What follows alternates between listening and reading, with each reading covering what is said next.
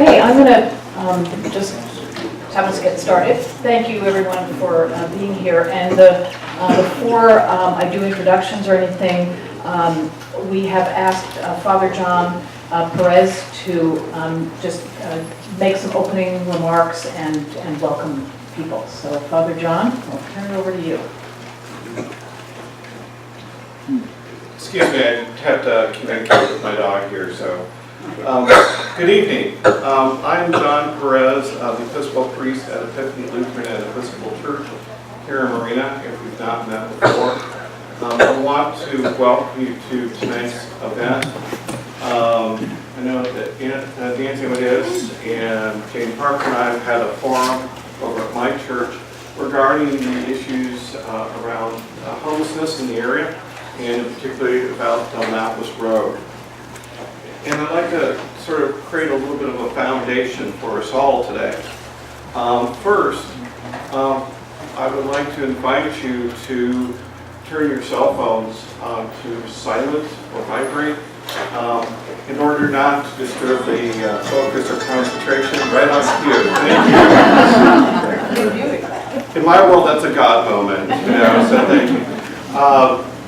So not to disturb the person who is talking at the time. We've all been through a lot in the news lately regarding Lapis and social issues in our world. Houston weighs heavily, the hurricane area weighs heavily on us all. And it's really an opportunity to remember our humanity and respect the dignity of every person here. We are all passionate about the subject in one form or another, or we wouldn't be here tonight.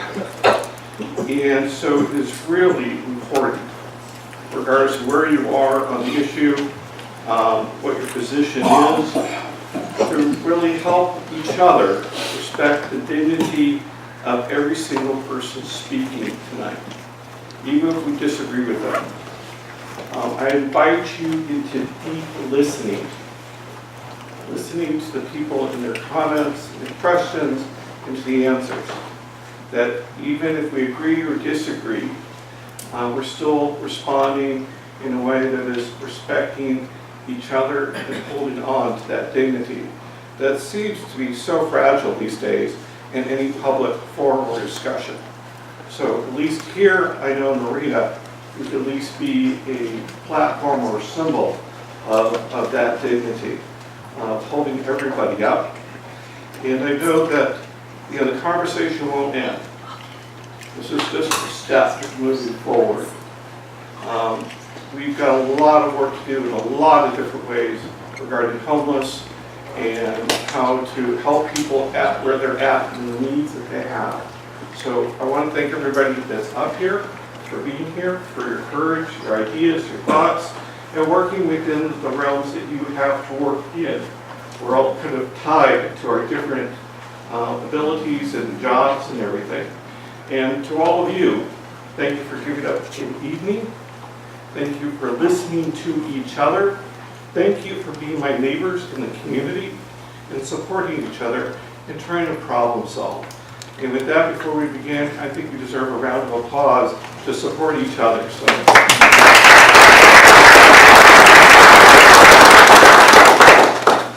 Thank you, Father John. And again, thanks to all of you for being here tonight. I want to encourage you to sign in if you like. We do try to send out information to people if we have your email addresses, so that's what that's for. And then I also want to encourage you to have some pizza. I know this is normally a time of day when people eat, and I'm a big fan of eating, so we do have some pizza at the back, so feel free to help yourself. This evening, what we're going to do is I'll introduce the folks up here and others in the assembled multitude. And then what I'm going to ask each of the people up here to do is to talk about 3 different things from their perspective, and depending on the the topic and their areas of expertise. Some may have more to say or less on the various topics. And the areas that they'll be covering are services that are being provided currently on Lapis Road to people who are out there.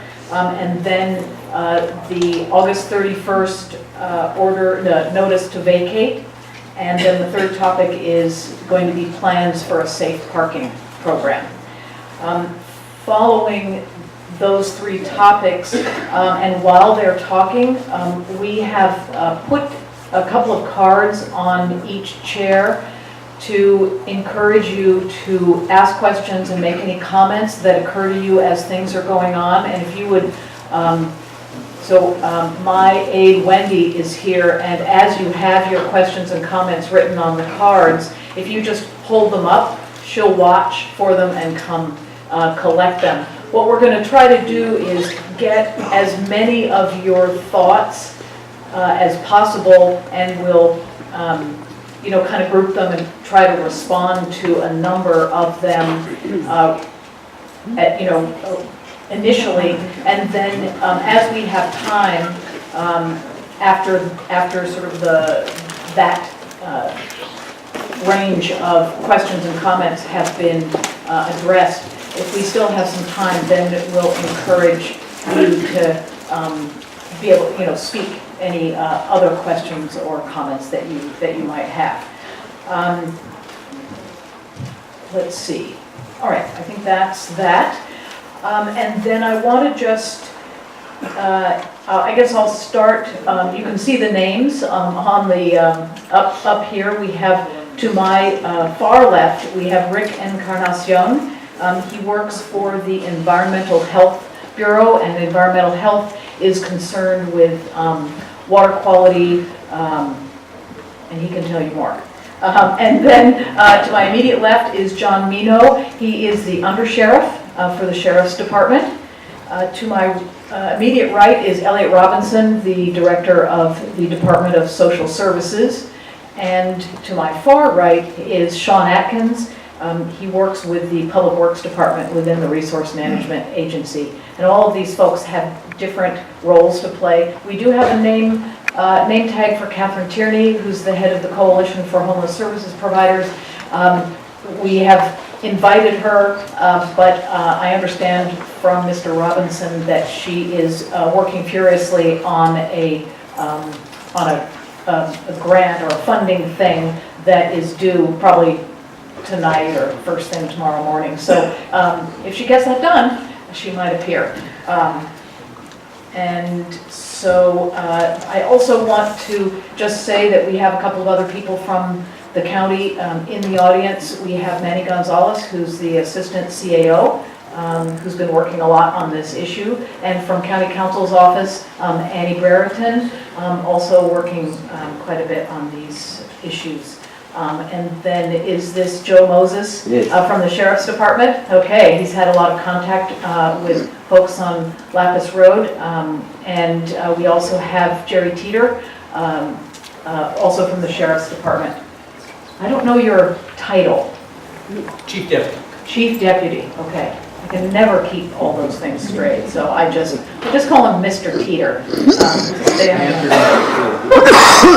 And then from the City of Marina, we have Council Member Nancy Amadeo, who's here. Thank you very much. As Father John mentioned, she and I hosted another community forum, months ago, November. We've been working on this for a while now, so. But that was a very, very fruitful conversation. And now we're going to have another one, I hope. And then I notice that we have Lisa Berkeley from the Marinas Planning Commission here. Thank you for being here. Mike Owen, I saw you a while back, probably still on the tree committee. Let's see. Who else? Who am I missing here? Grace Silva Santella is here. You're on the Planning Commission? Not anymore. Not anymore. She was for years. Just a loud voice. Okay. Friends of the Wild. And let's see. Okay, well, that's good, and wonderful people from the community of Marina and the surrounding area. I know we have people from Salinas here as well. All right, I think that's probably good. Do we have any people here tonight from the Lead Me Home Governance Council? Nancy Amadeo, a person of many parts. Great, thank you, that's right. All right, so I will just get us started, I think, on the, yes, Gabriella, if you have a question or a concern, if you I'm can. meeting at 6:30, I'm not walking out on anyone. Okay, we won't take it personally, yes. Yes, come and go as you need.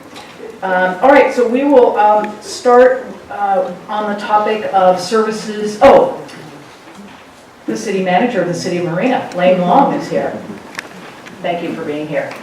All right, services being provided to individuals at Lapis Road. Anything from environmental health? Good evening, everybody. Again, I'm Rick Encarnacion from Environmental Health. We're commonly known as the health inspectors for the county. We have a wide range of programs, including like for the same people that do restaurant inspections, we do pool inspections.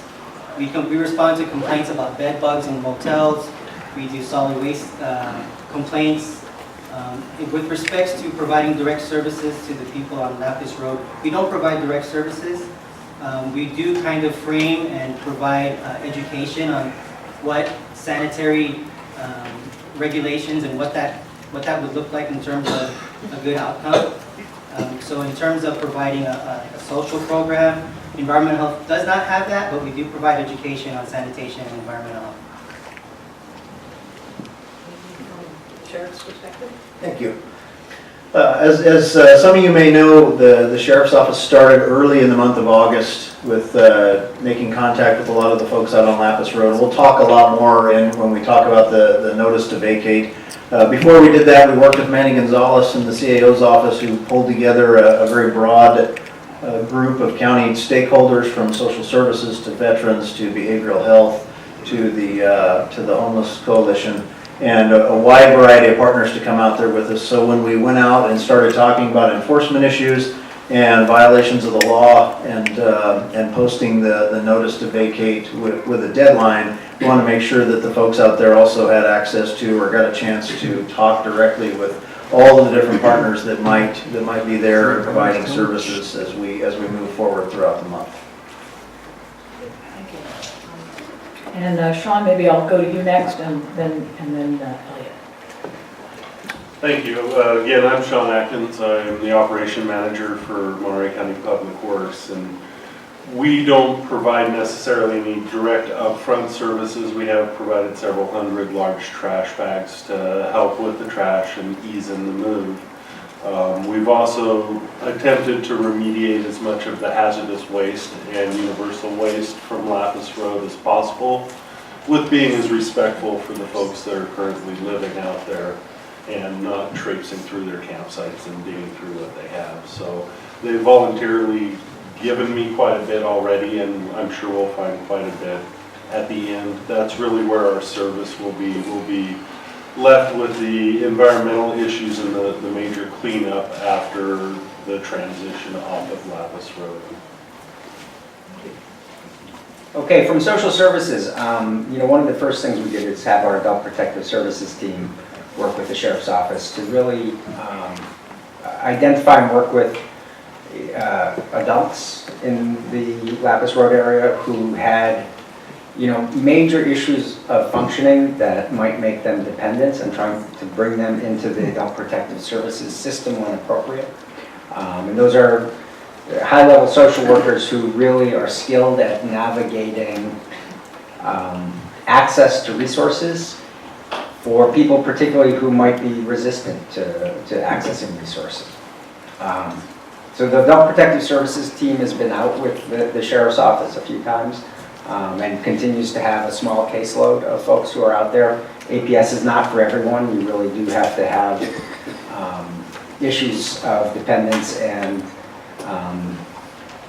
issues of dependence, so difficulty making independent decisions.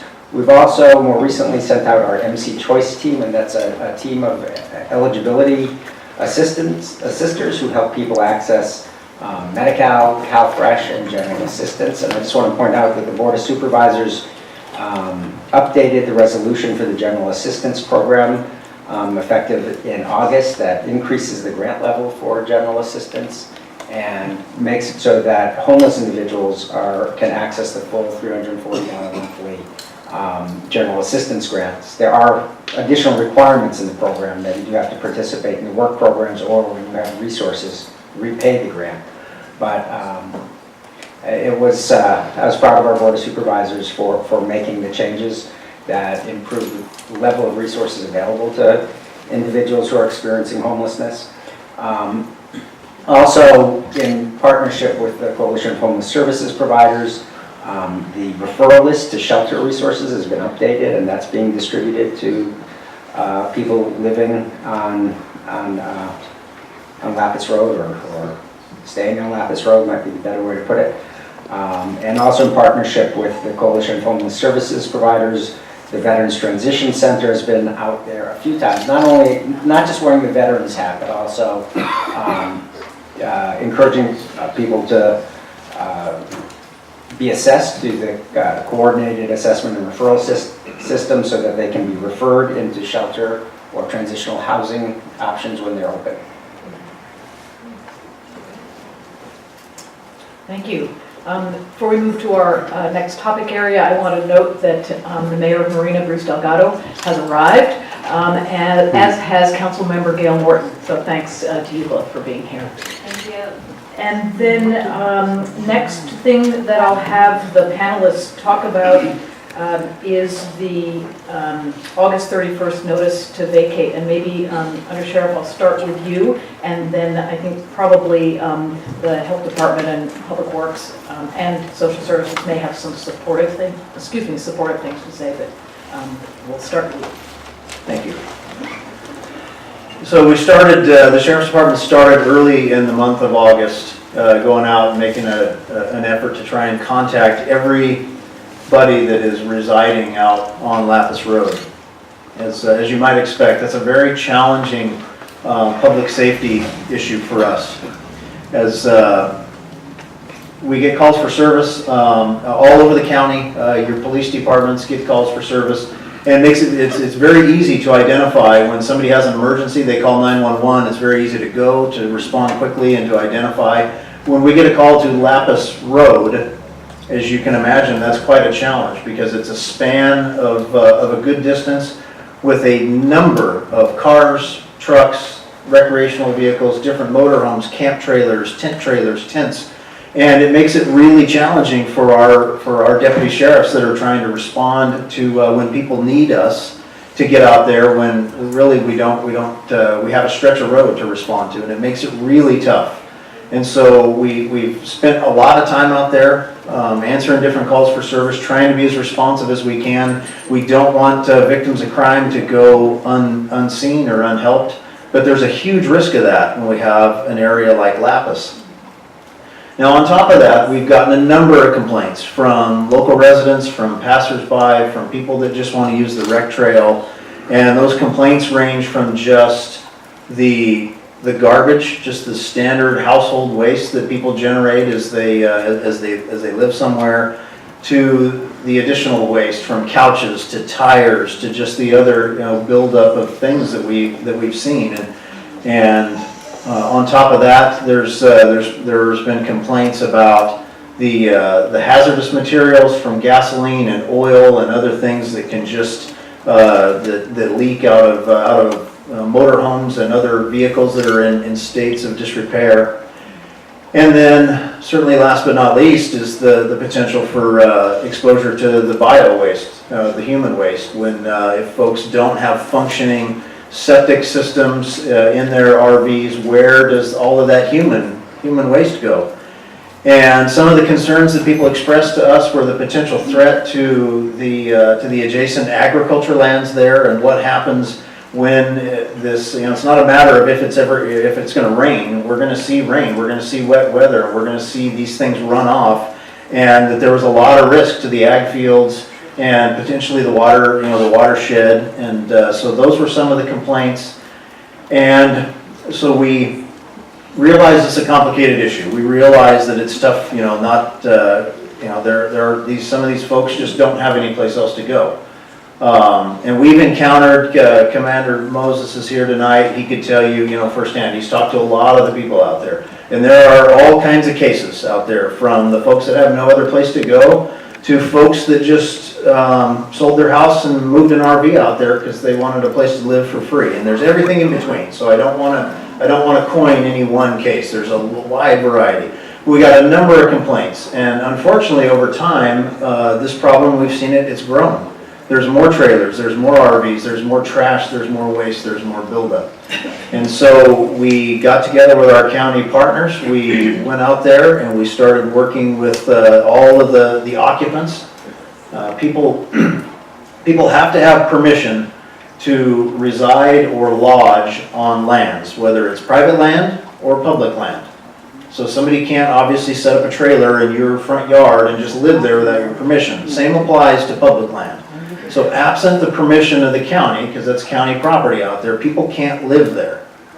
So what we did is we gave people some notice, because there's people that have lived, they've been staying out there for a long time. And as it's continued to grow, part of our fear was, what happens when Lapis fills up? What happens when it hits maximum capacity? Are we going to see trailers on the next road or the next road? And how many different sections are we going to see that are just, has the potential to turn into this RV destination? So we started working with the folks. We told them that they don't have the county's permission to reside there. And there's a couple of penal code sections that are in play. There's residing or lodging on lands of another without their permission. There's another trespassing section where you can't be on somebody else's land without their permission. So we went out, we noticed folks about those two violations, and then potential vehicle code violations, because it's still a public road and people have to have their vehicles registered and whatnot. And then we talked about the potential health hazards and worked with our partners there to try and address those health risks, to try and start to mitigate those. And we noticed people that all of those things were in play, and we were at a point where we were going to start taking enforcement action and really encourage people that it's time to go. And we set the deadline of August 31st. We wanted to give people some time to get their stuff out of there, because the more stuff that they move themselves, the less burden it is on all of the county partners that are going to have to get out there and clean it up. And the less burden it is ultimately on the land, because if they clean up that land before we get there, then it's better for all involved. So we've been doing that throughout the month. We've gone out there each Thursday and knocked on doors. We've posted notices on those vehicles, talked to those people, and encourage them to start moving out. And that by August 31st, we were going to go out and take whatever was the appropriate enforcement action, from the trespassing sections to the lodging without permission of the landowner, or any other vehicle code or environmental crimes that were in play. And that's been going on throughout the month. We'll be back out there this next Monday, and that will kind of be the final 72-hour notice, which is customarily the time required in the California Vehicle Code. If you're given a notice that you have to leave within 72 hours off a public road, then Monday would be that final 72-hour window, and then Thursday would be the day we would go out there. And we, hopefully those trailers will have moved along, because and if not, then we'll have to take whatever's the appropriate enforcement action on that day. Could I just ask clarifying questions? You said Monday is the 72 hours, so that's today, correct? If we're talking about August 31st? Yes. Okay. We're out there Today. today. Thank you, Joe. Lost your day. Right, and I'll ask Environmental Health, Public Works, and Department of Social Services to also talk about this. I will just say, and I think we have copies in the back, or did have, there is a proposal coming forward tomorrow to essentially give permission for people to be able to remain on Lapis Road, to park overnight until there is a safe parking program in place, for another 90 days, or until the program is in place. And maybe we can, I'll ask Elliot to talk a little bit about that as we talk about the safe parking program. But just so you know that the sheriff is operating today on today's reality, and we'll see if that changes at all tomorrow. Okay, environmental health, on the notice to vacate. Yes, thank you, Supervisor.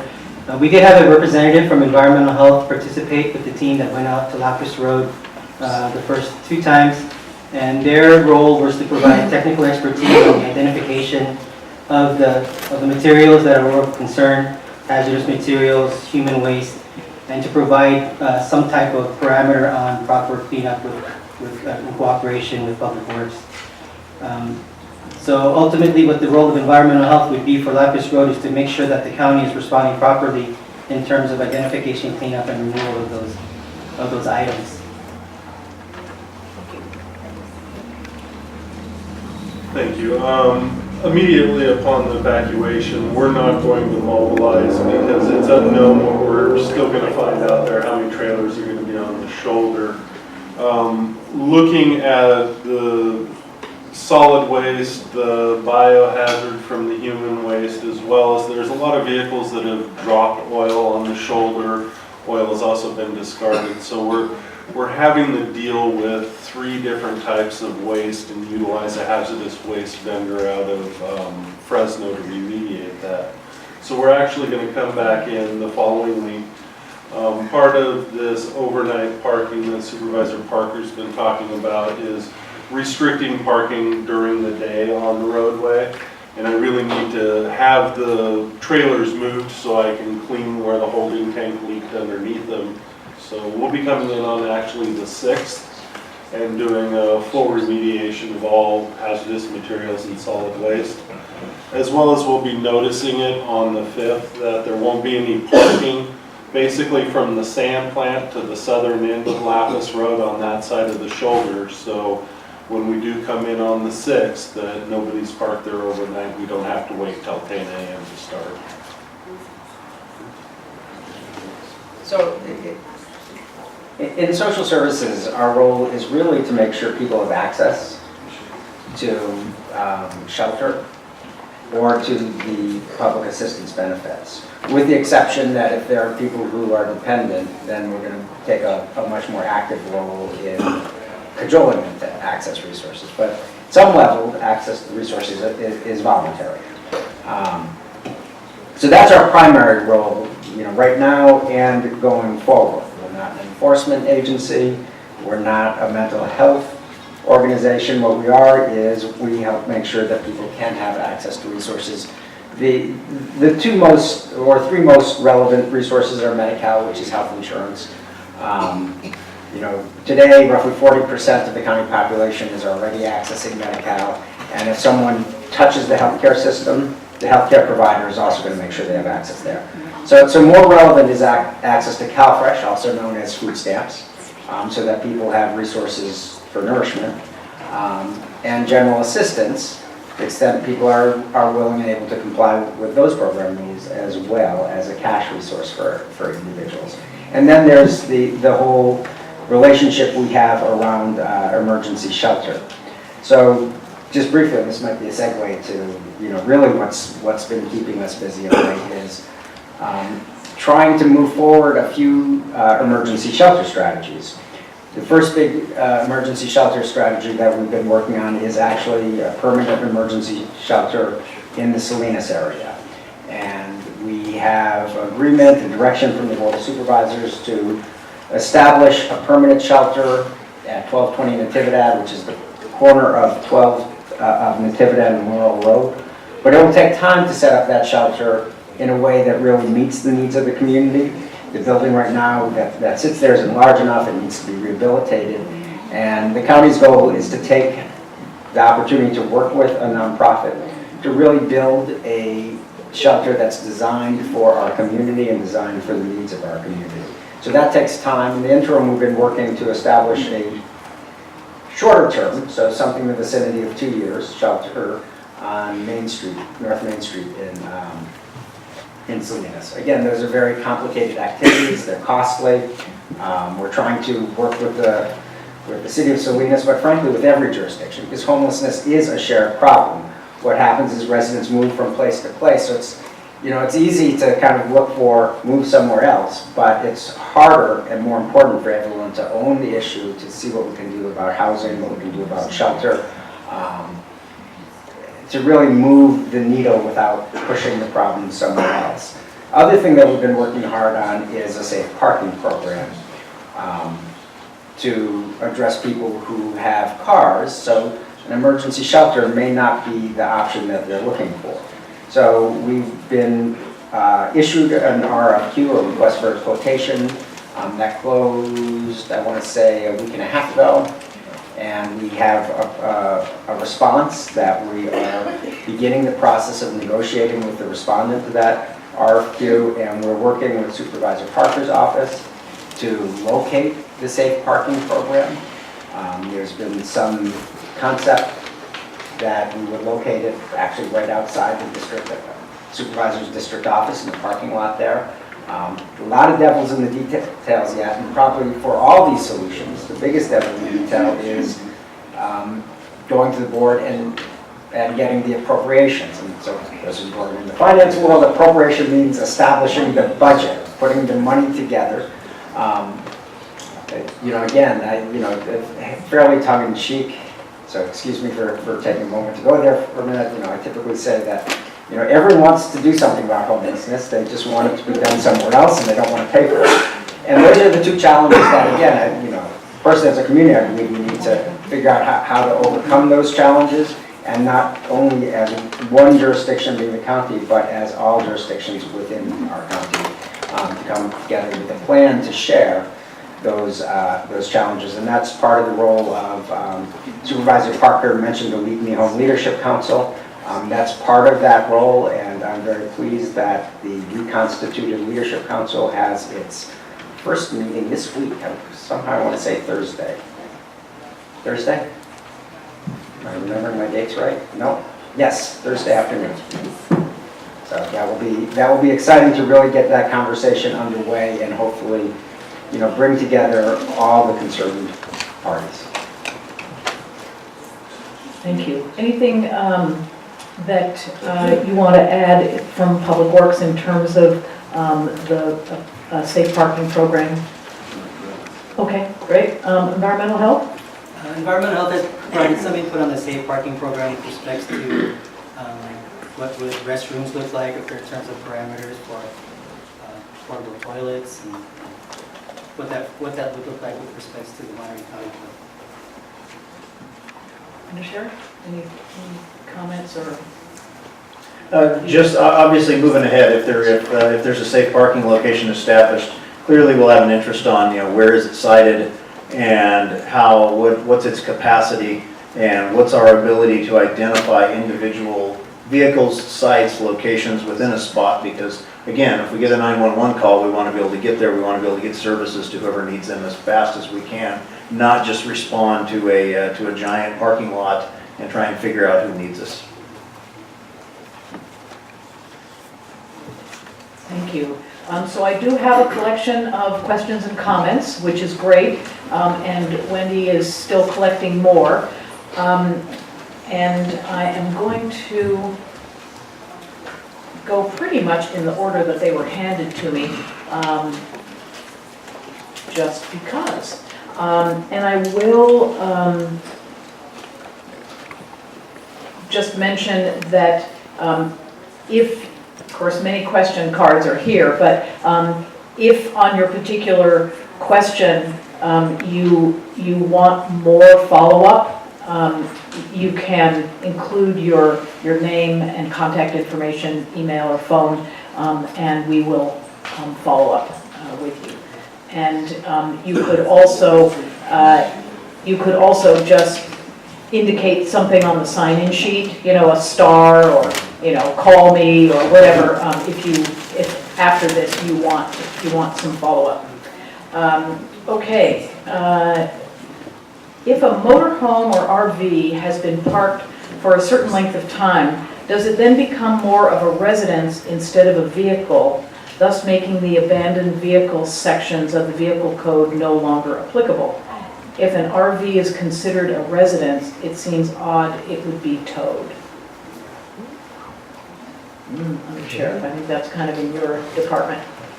So anything that's parked along a public roadway, which is any highway that is owned, maintained, or operated for the use of the public, then the provisions of the California Vehicle Code apply. So if there is a vehicle there, whether it's CHP, if it's in the city, if it's in the county, depends on where it is. But if the law enforcement agency, which traffic enforcement jurisdiction, tags it at 72 hours, then yes, it's still absolutely removable at any time after 72 hours. Okay, thank you. Between 10 a.m. to 6 p.m., which is the time that's being proposed in the resolution that's coming to the Board of Supervisors tomorrow, that people would have permission to park overnight between 6 p.m. and 10 a.m., but then between 10 a.m. and 6 p.m., they would need to not be there. So this person is saying between 10 a.m. and 6 p.m., it's against the law to park an RV in Marina. Only shopping centers provide a safe place. Where are they to go? We need 24-hour parking. Or the need is for 24-hour parking. Thoughts on? I think in a way you answered the question. I mean, I don't know exactly what the city rules are about parking an RV, but I thought that was over a period of time, so that, no? It's against the law to park anywhere on any street 24 hours a day. Ah, that's a problem, I see. No, actually, that's not true. I think in the city of Marina, maybe our city manager is still here, I think it's between 10 p.m. and 7 a.m. that you can't have an Mary's got the RV. ticket on it, the guy that just stood up got a ticket during the day. Really? But beat it because there was no signage, which is a California Vehicle Code. Yeah. There has to be signage at the location. So, yeah, so I think this raises an issue that there needs to be clarity about where there is and where there is not parking. And yeah, that's. Any Marina policemen in here? Councilmember Amadeo could answer it. May I respond? Yes. Thank you. Our code, our municipal code says that in order to park in Marina between 7 a.m. and 10 p.m., you must park in front of your home. So you cannot just choose a place to park someplace in Marina between those hours. The vehicle must be associated with the house. And is that between 7 a.m. and 10 p.m. or between 10 p.m. and 7 a.m.? 7 You a.m. cannot park at night at all. Okay. Even if you own the house, you cannot park overnight. Okay. All right. Sure, just if I can add, I think part of the proposed solution is to figure out overnight, an overnight solution. But during the day, as Sean mentioned, there's a lot of, between the cleanup, there are things that just the county has to maintain for the roadway. And so this kind of limited effort to explore permission is really to solve the overnight parking issue, which is, if you think about the health and the health needs of people for sleeping, that's the particular issue that we're solving, not the broader issue of residents. So it's very, very much a small piece of the puzzle. It's a big piece, because they end up on the residential streets in front of our houses where we have kids. It's a big problem during the day. Sir, what I was saying was of the larger problem. It's a large problem. Thank you. Water quality. What about agricultural pesticide runoff? Thanks. Also a concern, something about pesticides, which I can't quite read it, but so that's, is that a question about the risk to the people parking near the fields, or just water quality in general? It pertains to both. Okay. There's a man out there in the middle of the night mixing poisons to spray, and we drove by there from the hunting grounds coming back for the night, Well, and it's just dripping all over the ground. dripping everywhere. And then right across the street, He they're looks up at us spraying, and smiles and it's just dripping all over his whole rig. It was then they're incredible. spraying right across the street from us with helicopters. I just got out of the hospital today, 11-day stay, I'm being very sick. She was just got out today. I don't know, environmental health, any thoughts on that? Farming activities, including pesticide application, farming in general is a highly regulated business. And the Agricultural Commission's office is the department that would respond to complaints of whenever the pest application is not being done properly or not being done at the right time. What's environmental, so? Right.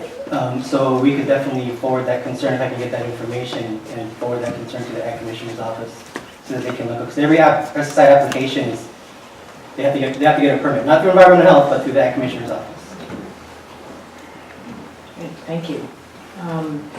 Another comment, high rents, no one can afford. Can you speak at all about what some of the options are through the housing authority or, I don't know, housing resource center, any Well, you know, subsidies? the housing authority does have their voucher programs that do support rent. Challenges, there's a waiting list oftentimes.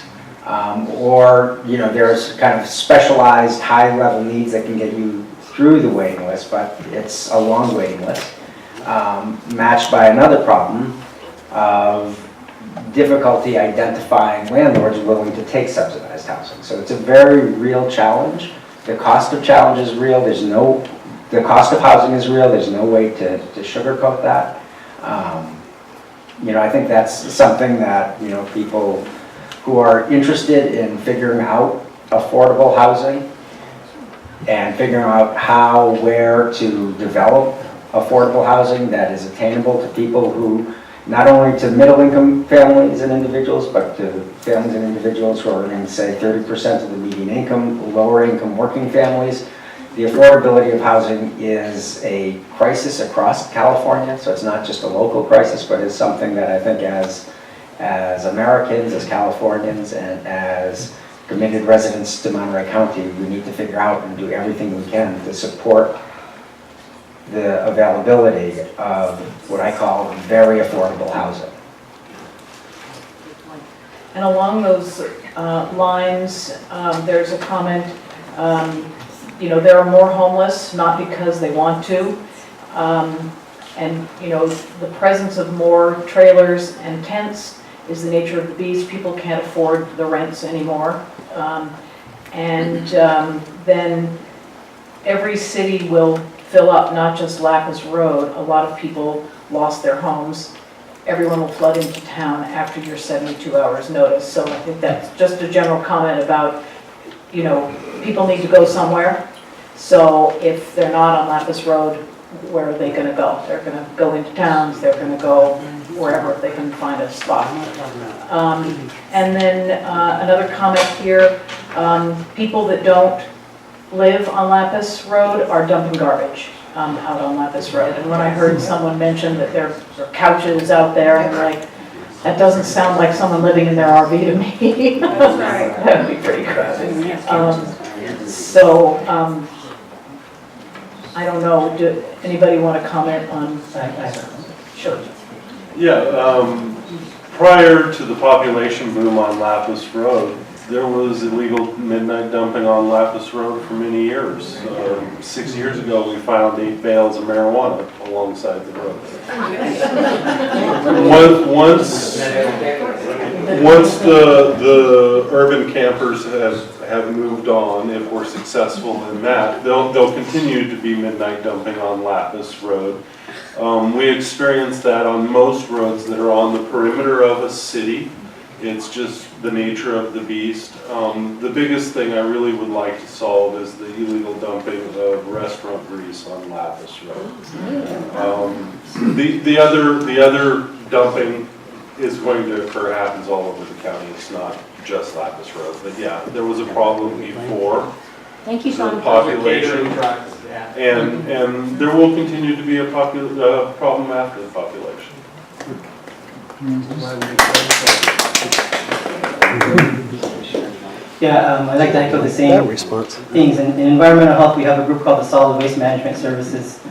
Same group that regulates the landfills, but we also have a component of that team that addresses illegal dumping, and we formed a kind of like a coalition that meets monthly to address issues of illegal dumping, not just from Lapis Road, but there's some hot spots around the county. And with respect to catering trucks, we also regulate catering trucks. So everyone has a responsibility to do business right, including where to put your trash and how to recycle and do composting. But with respect to also illegal dumping, it's the same. It's primarily educational, but when we have to do enforcement. I guess then one question I would have for Public Works and Environmental Health is if there are people who continue to be able to stay out on Lapis Road and they see this illegal dumping starting to happen, they could actually provide a service, could they not, by calling somebody to report it? So how would that happen? What, is there a hotline number or something? Environmental Health currently we have our public line, 755-4505, at 755-4505. And we do respond to illegal dumping. Again, it's an educational effort to get the word out. We don't provide the cleanup services. We would point the cleanup services to those who are responsible. If it's private property, it's the person who owns the property. If it's public property, it's the holder of that public land, city or county. So with that respect, we would try to provide education. If it's in this case for public property, we would try to provide education to those that may be contributing to the issue. We may try to do some enforcement. But with respect to who would be responsible for the cleanup, it would be who holds the responsibility for cleaning up that public land. May I take comment in regards to that? Let me see if Sean has anything he wants to say, and I guess a question I would ask. So Rick just gave a phone number for environmental health. Is that a number that, can they communicate with you if there's some aspect of illegal dumping that you need to take care of, or get a message to the ag commissioner if it's pesticides? I mean, is that a number that people can use sort of as a clearinghouse? Yeah, that's a real good number. We communicate all the time with environmental health, and even if it is pesticides, I'm that landowner that he was speaking about that gets stuck cleaning it up at the end. Earlier I did speak about the illegal dumping and the midnight dumping. Really what breaks my heart out on Lapis Road is the human byproduct, the human waste. I have not in Monterey County seen to that level and extent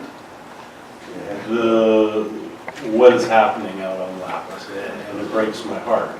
I understand it, it's a natural process, but it's really unfortunate that it's occurred out there, and I'm happy that there's an interim step, but that's really the tragedy there, is what's the human impact on the environment.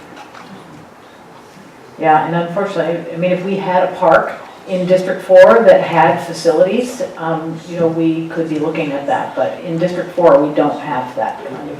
Got 45 square miles out here for the work. Yeah. That's a question coming up. No land. Next question is, and someone wanted to make a comment. Yeah, if you could write it on a card, and we'll have it be part, or you can wait, if we have time, we can have a little bit more of a discussion. The property along Lapis Road is zoned light industrial in the coastal zone. Light industrial does not allow camping or campgrounds, in quotes, and will require a rezone as well as a coastal development permit to comply with the County Coastal Implementation Plan Title 20.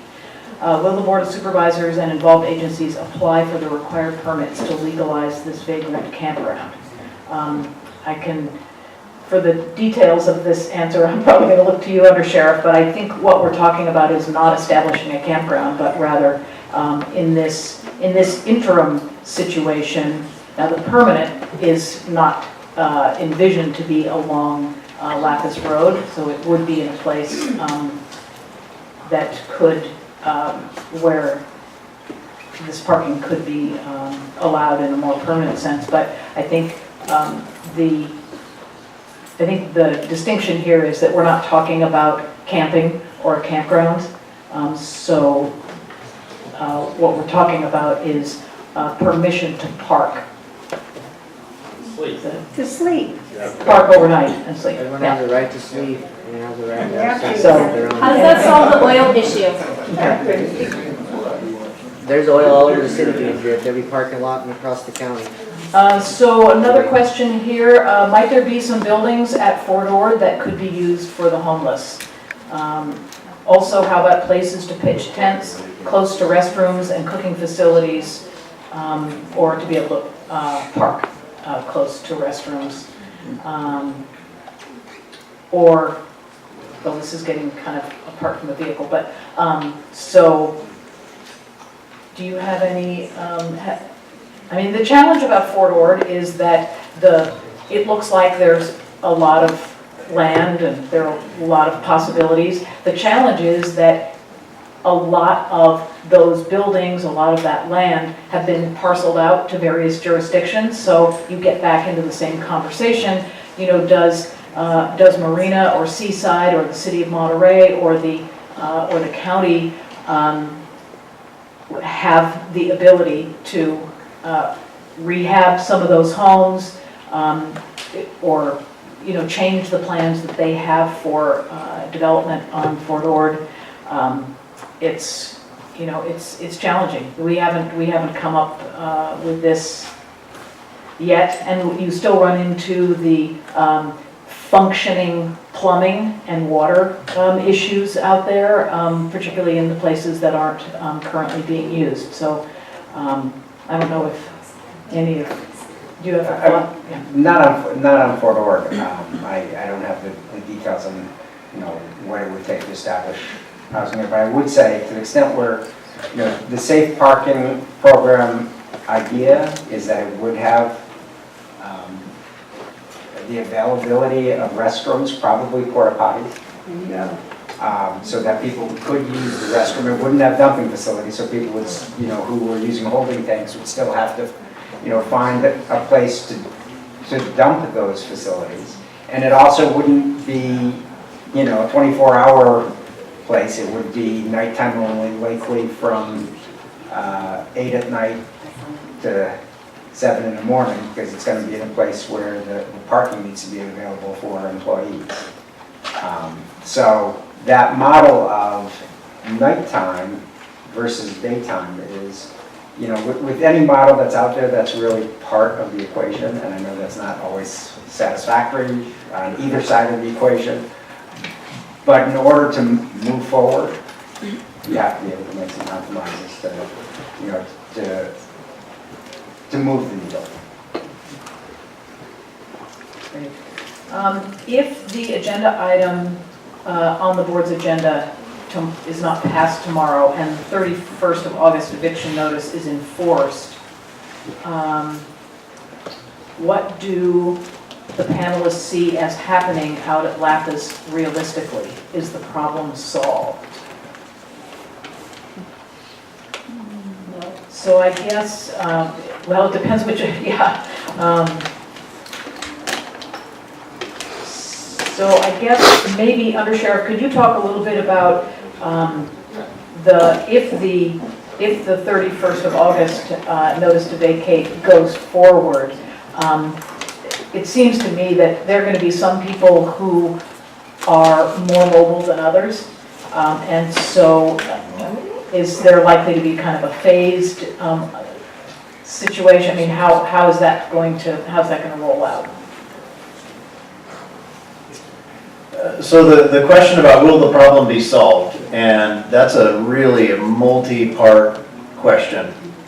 The problem of the trespassing will be solved. The problem of the illegal lodging will be solved. The getting it vacated so our partners can get out there and start trying to rehab the environment is going to take, we don't even know right now how long, but we know it's going to take some time once those vehicles are out of there before mitigating the spills and the waste before those problems are cleaned up.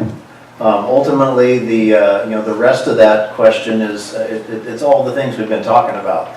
It is a huge, complicated issue, from where do we come up with LA's point, very affordable housing, to safe parking programs, to where, what is the answer to trying to make sure people have a place to sleep at night, but to make sure that it doesn't come at the expense of the litter and the trash and the human waste We've and solved that. all of the oils and the other substances that are getting dumped out there. If they had other means, they probably. So in terms of the trespassing, the illegal parking, and environmental cleanup, at some point, if, maybe not on September 1st, but in the relatively near future, those things can be cleaned up and taken care If you of. gave us permission, that would have solved the problem as well, of illegally being there and violating the codes. Right. We've already cleaned up 80% of the trash all by ourselves. This is That's select great. few. And then the other, the other big part of the problem that doesn't get solved is, where can people be? That is, affordable, workable, safe, and that's a part of the complexity of this situation. Does this issue exist anywhere else in the county, or has it in the past? If so, how was it dealt with, and was it successful? And one thing that I would say, I'm sure the sheriff is aware of other parts of the county that have had similar challenges, but I know that, in my observation, one of the factors in the increasing number of RVs out on Lapis Road is the increase in jurisdictions that are passing ordinances that don't allow the overnight parking, or sometimes any parking of RVs within their jurisdiction. So people don't really have a place to safely or legally park. I guess I guess, Under Sheriff, are you aware of other parts of the county where we've had either a parking issue, or I know that there are various tents and encampments. Have there been ways that those have been successfully resolved? Joe, do you want to talk about the one that we had to work out of the riverbank up in North County a couple of years ago? Up in Pajaro? Yeah. So we had a large problem with If you can stand up, maybe. Yeah. We had a large problem with the encampments up in Pajaro, the Pajaro River drainage. A lot of we had the same thing. We had a lot of health and safety issues. We had a lot of people, human waste being leaked right into the river and that kind of thing. Basically, we went in, gave notice as we have done here, tried to provide as many services as we possibly could, and had them move out. And Where'd they go? I don't know. That's a question I can't answer If for they you. move, you're fine, huh? Thank you. District 1, Ferguson, Osceola Road. And Mr. Robinson has something that he can say too. Let me just say that as we've worked with other encampments, there always is some portion of the encampment population that does turn to access shelter resources. Not everyone will. Our hope would be that kind of the shelter resources that do exist within the county are fully utilized. That's not always the case.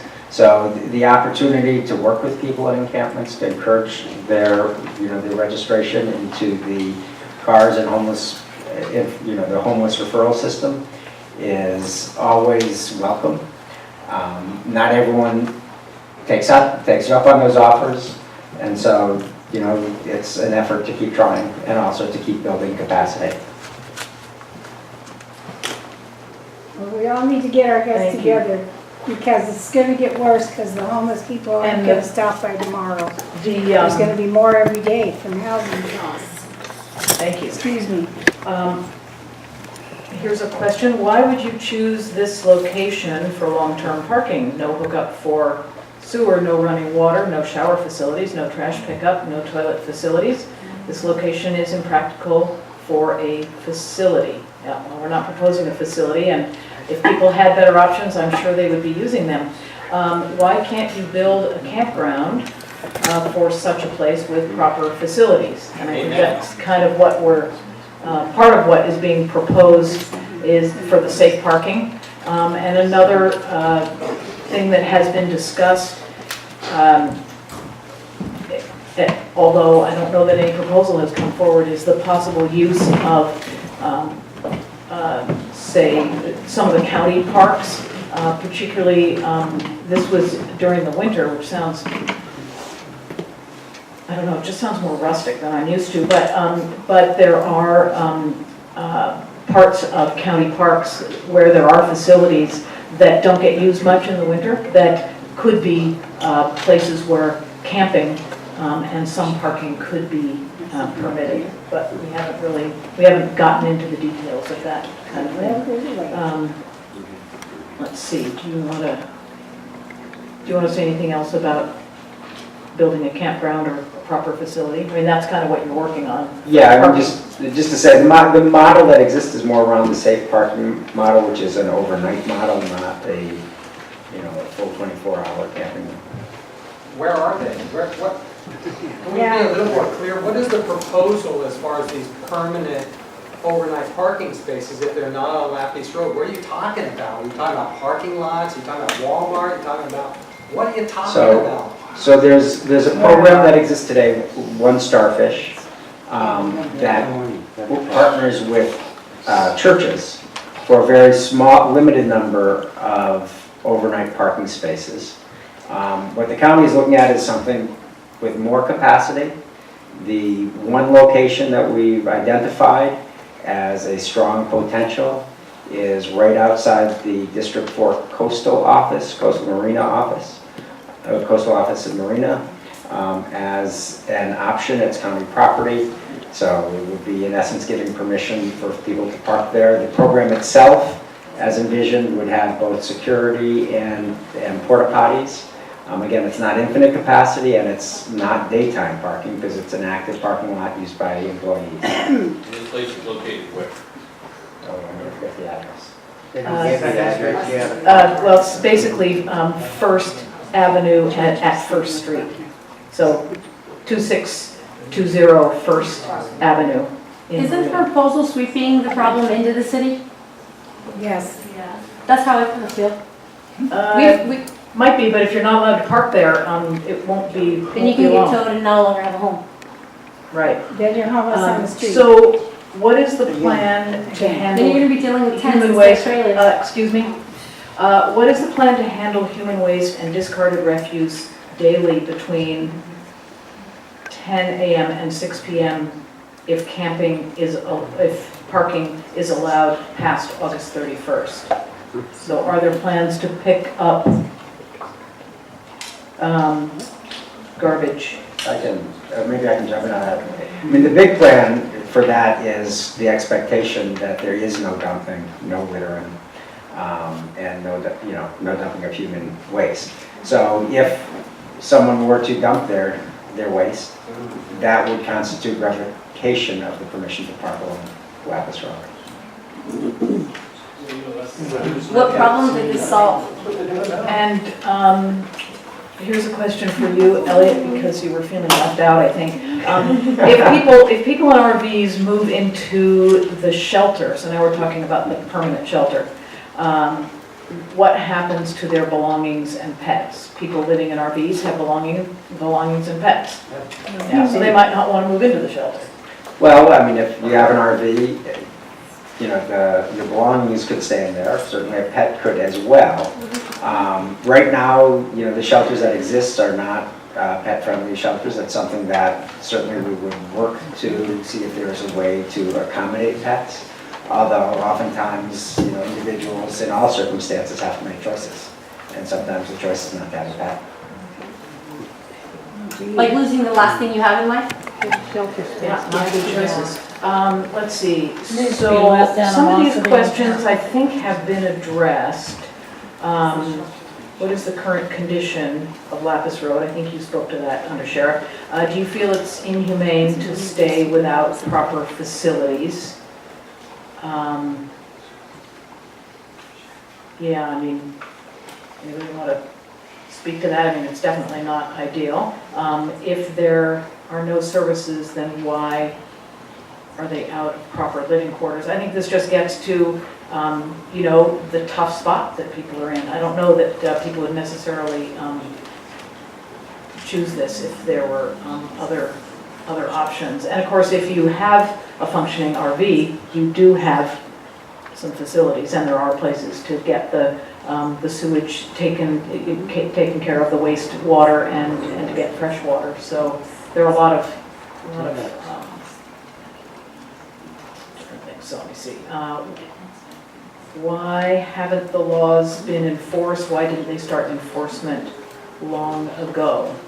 I think you sort of spoke to that too, that you've been out, do you want to talk about it a little bit? I mean, that you were out trying to work on some of the health and safety and the illegal dumping, but it's hard to trace through people's camping areas. Sure, and the other piece, folks, is, you know, this has been discussed for a long time, this idea of some kind of a safe parking program, some kind of an area where people might be able to move campers, trailers, vehicles, and we were trying to work with our county partners and hoping that, you know, some workable option was going to come into play. And unfortunately, over time, the issue out there on Lapis has grown, and it's gotten bigger, it's gotten messier, and as the complaints began to mount, then that's when we shifted gears and started to try and really target the identifiable violations and move forward.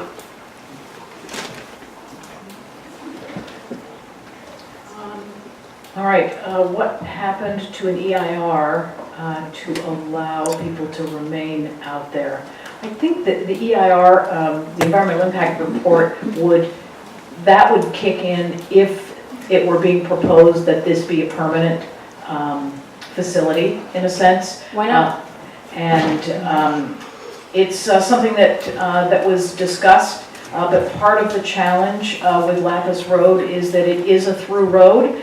There are agricultural activities which may not be as safe for people as other locations. We did discuss that in the beginning and decided that there are just a lot of complications on Lapis Road, and so we were going to look for a more suitable location for a permanent facility. And a couple of questions have come up about whether this falls under the jurisdiction of the Coastal Commission. I think it would if we were proposing a permanent operation out there. But we're not, and that is probably one of the complicating factors. Whoop, I'm trying to do something permanent out on Lapis Road. Here's a question: is the City of Carmel, or the cities of City of Carmel, Pebble Beach, Monterey, some of the other peninsula cities, participating in the relocation of the homeless? And I'm not exactly sure what that means, but it could mean, are they helping to defray the costs, or are they offering places for people to stay? Or is there any participation? I'm just to say that a lot of those conversations will start taking shape later this week, and it'll take time. The cities do have a mandate to have some shelter plan in their general plan. But oftentimes the challenge is quite difficult, and interjurisdictional partnership is critical. So whatever form that takes is a matter of discussion for our elected officials, the people who we voted for to make those tough calls. I'm sorry, I don't understand what you just said. It's difficult for every jurisdiction, every city, it's difficult. Why would Carmel and Pebble Beach and Monterey be excluded from that? Right. Well, you know, it sounds like a lot of mumbo jumbo that you're saying, you're not being definitive or clear on it. What push it to Marina? I mean, okay, so I'll try to be more definitive, but I can't be definitive because the discussions are just starting. Well, The expectation is that for a Monterey, long So the time. decision's being made before the This is not discussions are just started? no, the Okay, decision will be made. Okay, I'm going to move on from this because I have about 10 more questions, and I want to be able to open it up for people to verbalize their questions. Jane, I'll just sort of Okay. step in here. At the beginning, I invited you to kind of respect the dignity of every person here. And I know we're incredibly passionate about this. And as Jane just said, that we're going to be opening up in a few moments to a public discussion. And at that point, it's getting that much more critical to give people the space to talk without any other side discourse. So, and I know I've had to restrain myself here at my chair, wanting to say things. And so I know we're all very passionate about it. So again, please give the speakers their chance to answer, their chance to process. And if you have some comments, please, when it's that comment time, you come back up and stand up and share your comment. And for all of us who are here, for us to listen to your comment, be deep listeners to what you have to say.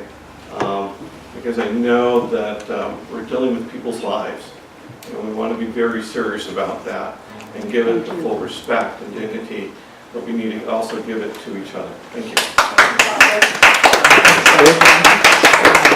Here's a question. Can you partner with churches for weekday parking? So would that might be during the day or overnight? That is part of the One Starfish model to do that, and certainly we would. If we can expand the safe parking proposal to incorporate more churches, that would be a welcome expansion.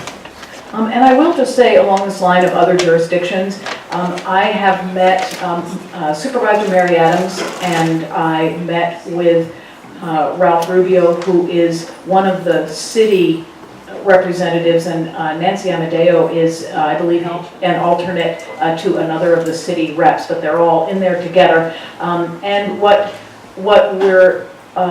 we asked Mayor Rubio to do, but the new board hasn't met yet, so I don't think it's had a chance to go forward. But we were expressing to him that the cities that we've talked to, every city, every jurisdiction has challenges trying to accommodate and house and shelter people who are here.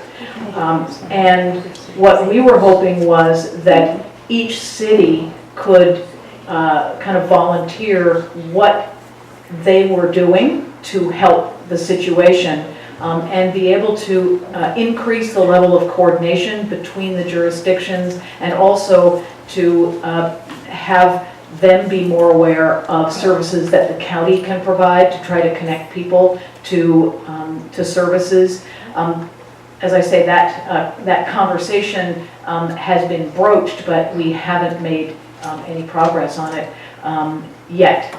But I just, it's so frustrating to be talking about one particular situation, because anything that gets proposed is sort of too much for any one jurisdiction. But if we work together, we can come up with some things that may work. And the thing that just, to me, is sad is that it has taken us so long to take this set of situations seriously enough to really come together and start talking about the continuum of options that are needed. You know, safe parking is not the answer for everybody. Shelters are not the answer for everybody. Affordable housing isn't the answer for everybody.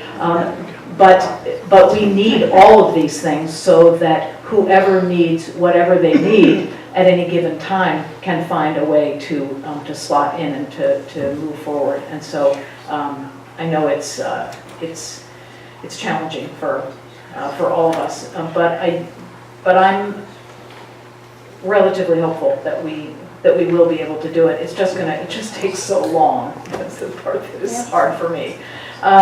Next question, what are the pros to leaving during the day that resolves any issues? Are there some pluses to the, okay, I got this. Sean has got this. Yeah, there's a lot of pluses to having a mobile community. Right now, there's been people that have set up residence for a great period of time. Some of them have been there the better part of 2 years. And the shoulder of the road next to their trailer oftentimes demonstrates that. A lot of living is done outside in some of the camps. 3. And a lot of the camps do have open fire pits that they have fires on a nightly basis out there. I will say that in the last month, night and day difference between the level of solid waste that's on the road to what they've self-policed and done themselves with very little help, and have taken great strides to clean up their community, if you will, in my opinion. It really helps reduce the amount of trash that's building up, the propensity to dump the sanitary materials, and hopefully it's just a place an interim place to spend the night and not necessarily have a full-time residence. It was the original design, which I got to applaud Supervisor Parker for. When we went into a meeting last week, there was an eviction on the 31st and there was no interim step. You had nowhere to go. The county was going to continue to chase a problem around the community, and I would rather have it remain at Lapis Road. There's been contamination. There was the question of, is there going to be daily trash service? No. There's going to be another major cleanup. It's going to be tens of thousands of dollars. The initial cleanup is estimated at $100,000. I would imagine the second cleanup is going to be relatively expensive as well. So That's all the money. the reality is, though, I would have 10 or 12 sites that would have to be remediated versus keeping it in a confined area. One of the things that I really found, and I don't mean to take up a lot of this meeting, but those folks that had resided in one location for a long time, the stress of where they parked every night had gone away, and they didn't have to deal with that. Every person out there has some level of challenges, we all do. Some of them much more extreme than others, but that was one more burden of daily life that was lifted from them. So again, allowing them to park in an interim process throughout the night until a more permanent solution helps alleviate that burden and that stress, which can be huge. Thank you. And this is maybe a small thing, but while we're kind of on this, a question came up earlier, how do we take care of the oil problem? So if people are going to continue to be parking there, just about everybody's vehicle will drip. So if we don't want oil, and if the Board of Supervisors decides to give permission tomorrow for a period of time to have people be able to park there, what is the way, do you have a suggestion for how to take care of the oil or any other kind of leak type problems? We had actually discussed this in last week's meeting that, drip pans, that was my suggestion. Initially, when they were talking about the program, they were talking about having a mechanic certify that the vehicle wouldn't leak as a condition of allowing it to park there, which there would be very few of the population that would meet that currently. Yeah, how much does that cost to have somebody check? Exactly. So what I said was, drip pans are $8. A drip pan is a real effective way of containing a small leak for a short period of time. Thank you. There's a question asking if I could elaborate on the details of the agenda item that's on the Board of Supervisors agenda tomorrow morning.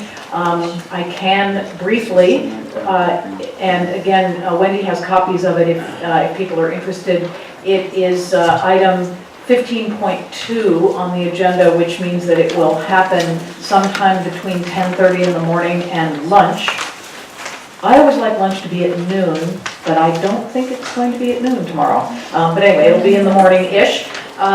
And what it proposes actually is that the county, because the county is the property owner, would give permission for people to park overnight out on Lapis Road for a period of time. And we're saying essentially until November 30th, or a safe parking program is in place, whichever is sooner, right?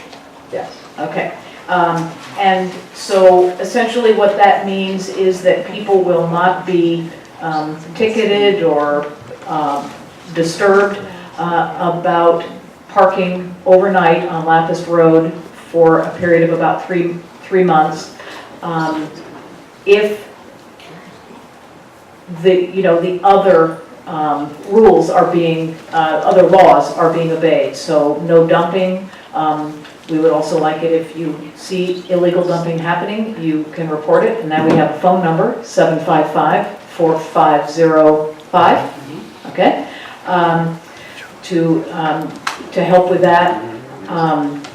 Up-to-date vehicle registration. There are some, and those things are listed in the board report and I think in the resolution as well. Also, registration with the coordinated assessment and referral system. Right, asking that people be registered so that they can be referred for services that might be relevant to them, and that's... And acknowledgement that when the safe parking program is available, that would be an option. Right.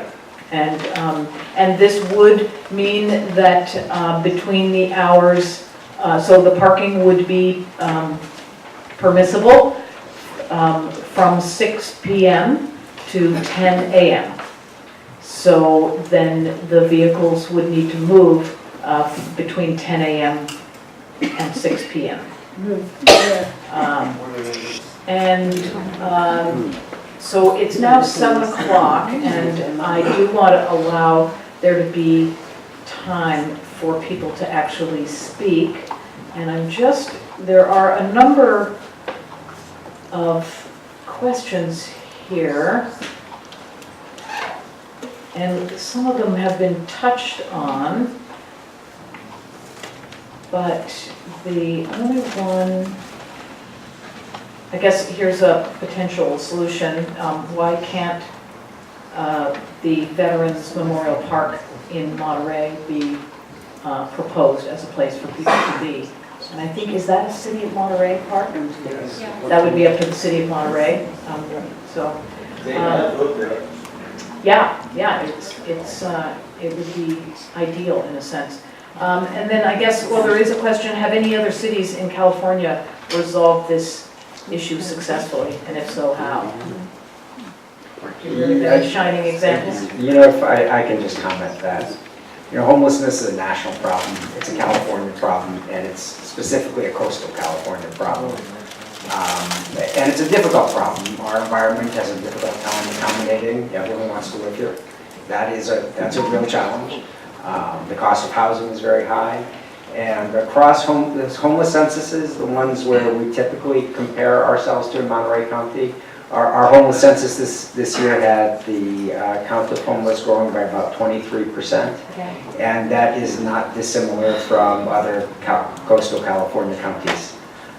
It really is a huge problem. The California legislature has put addressing affordable housing as a priority. Again, without going into details, I'm very proud of the reconstituted Leadership Council and the willingness of people to really kind of roll up their sleeves and again, do our best collectively to figure out affordable housing. I think the challenge is that the housing market is just broken. And you see I don't think, some people try and treat it as a market, but when you're kind of captive to your house and rents keep going up, people get priced out of housing, and that's something that, again, we just need to figure out how to address. And I think combined with that, that increase in homelessness that we see, the other thing that we know from the homeless census, and I think Wendy's passing out some of the information, just kind of images that kind of summarize the information in a nice way. One of the things that we know is that between 80 and 85% of the people who are homeless in Monterey County are Monterey County residents. They were living here before they became homeless, and 75% of them lived in Monterey County for 5 years or more before becoming homeless. So that's just true in many of the jurisdictions. So it's our family members, friends, and neighbors who are challenged with being able to have all the resources needed to live. So I do want to give people time to speak their comments. So can I, by a show of hands, get an idea of how many people would like to speak? Okay, sort of 6, 7, 8, 10, so we have 25 minutes. So let's have people come on up to the front. Here's the microphone, and if you could, we'll give you about 2 minutes so that everyone has a chance to speak.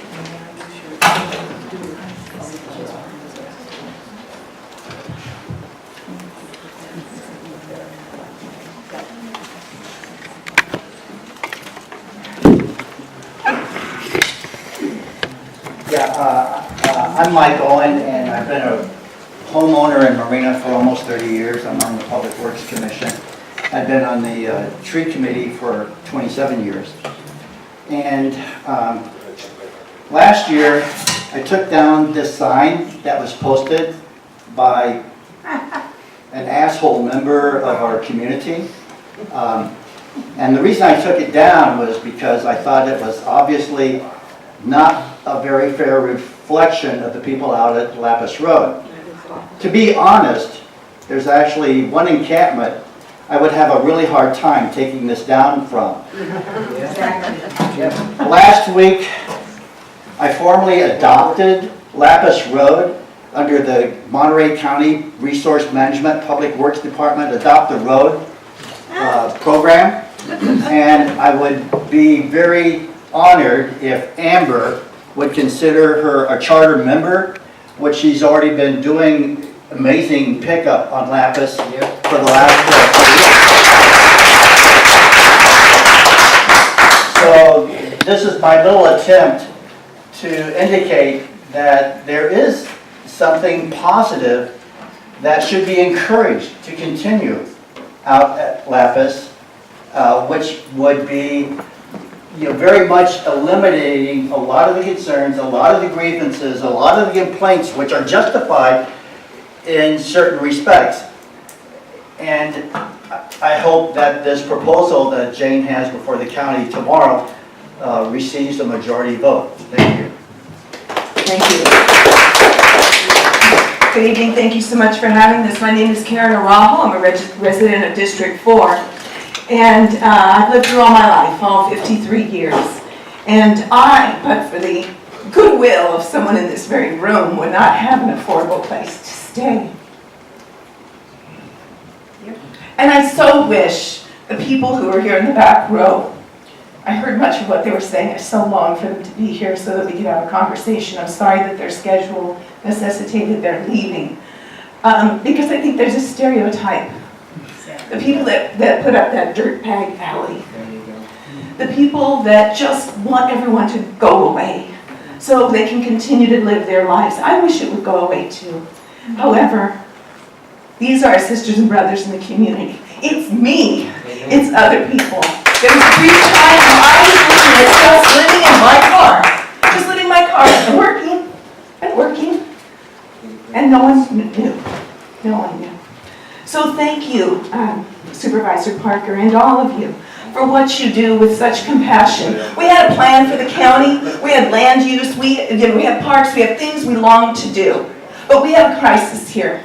3,000 people that we know of are unsheltered now in Monterey County, and there are many more that we didn't catch on that census. I've been part of that census for a few years.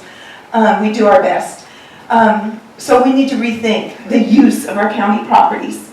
And that's going to mean that the problem is right in our face when we might want a nice vista in a park to go do something. Let's give up some of that space because there's a higher priority. Human beings.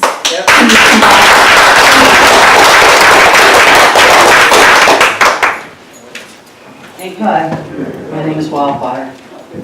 I bought an RV because I was a victim of a domestic violence. I've been wanting to stay on the boat, so this man can't find me. The crime happened in Carson City, Nevada. I moved down here because I originally lived down here. I tried to get away from him. I had protective order. I'm filing another one here in Marina because I found out he moved into Seaside. So I definitely have to stay local. He has family here, he has roots in here.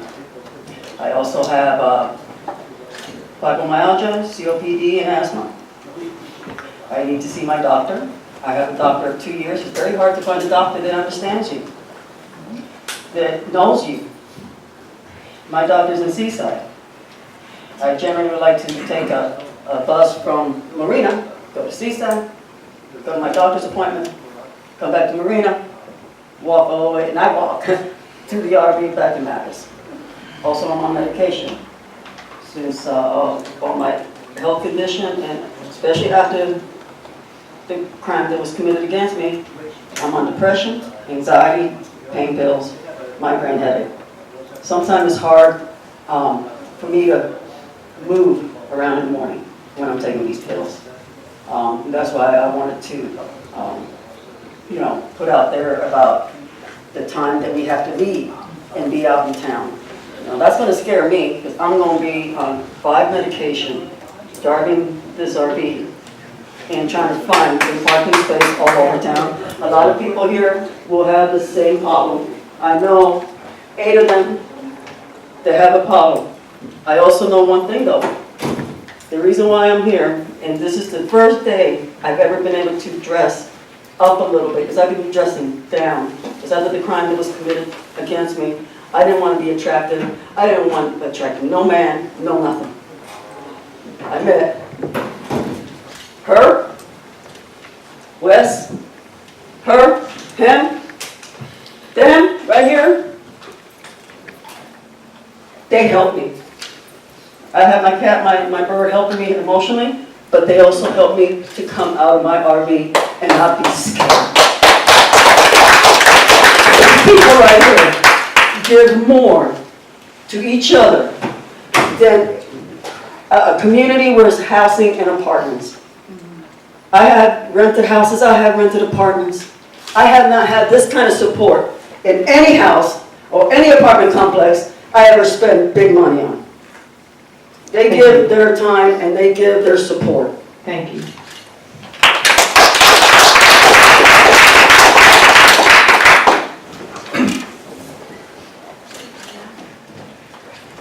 Good evening, my name is Eric Peterson. I was doing some math out here. In a few days it'll be the 43rd anniversary of when I moved into my car, which lasted for about a year, obviously a few years ago. I didn't have substance problems or anything like that, although I could get all the beer and wine at work. I just didn't have enough money. Simple as that. Fortunately, I had a car that worked. Fortunately, I was a Volkswagen camper. Fortunately, I had people who let me stay on their private property. And I had access most of the time to restrooms and showers, which worked out pretty well for the year I did it. I didn't like the neighbors I moved.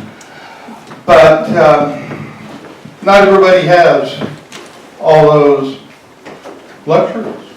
Not everybody has access to bathrooms, as we know. And putting a few porta potties out on Lapis Road for the next 3 months would be really nice. A friend of mine has a son who was showing signs of mental illness at 17.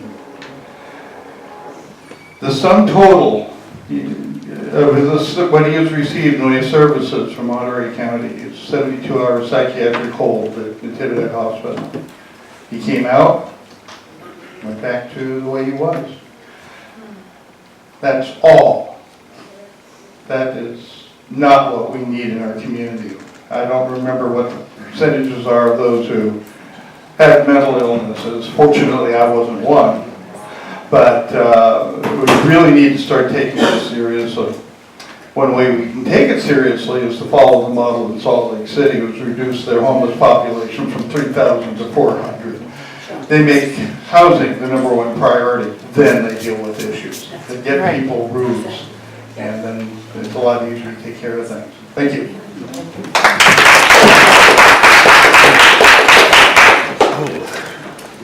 Hi, my name is Patrick Tanner. I just wanted to shine some light on my situation. I've worked hard my whole life since I was 15 years old, able to work, really, always worked. It shows in my records, But I actually had my own place and did really well up until about 3 years ago, and before that. And I worked for a gentleman and rented a house from him, and got her working for him, and he lied about my workman's comp. I had to go get a lawyer, and I'm fighting that right now. But as soon as I did that, he kicked me out of my house because I was renting from him and working for him, so he didn't like that. And I didn't have any income. And I was hurt and injured. And I had to work for 2 months before I realized they lied to me, and I had to get a lawyer.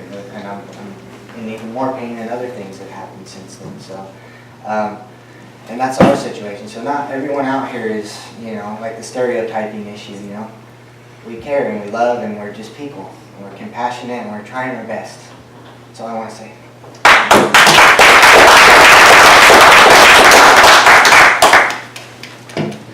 Thank you. I'm Steve Ethan. I'm just curious about, imagine lots of these homeless people, I'm guessing, don't have a car. Might be possible to put them on MST bus pass so they can go from one place to another. And I have a feeling, just a feeling that some of these folks that do have cars, they probably don't have insurance. And that's, if they have an accident, it's going to make things bad for everybody. Is there a way we could give all these folks a bus pass anyway so they can get around the county anyway?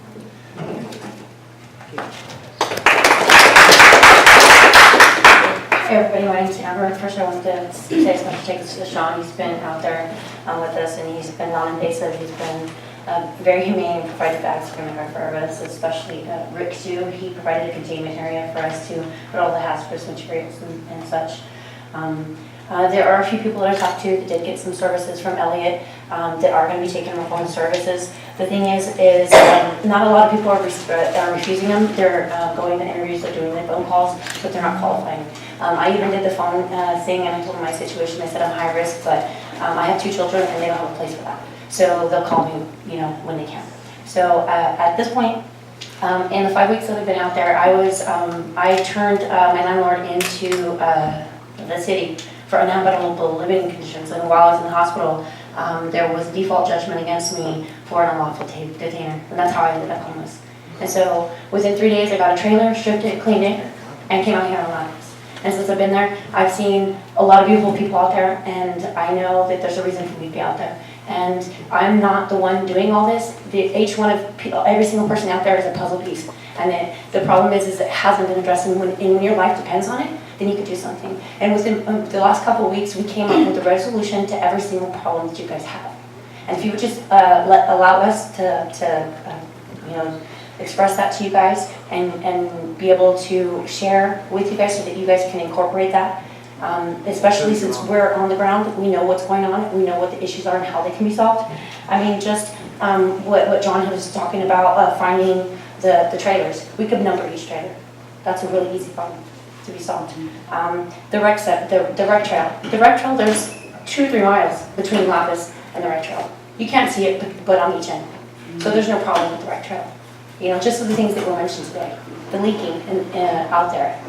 Now you're gonna have leaking in the city with all the trailers coming out here. So I don't see how leaving during the day solves any issues.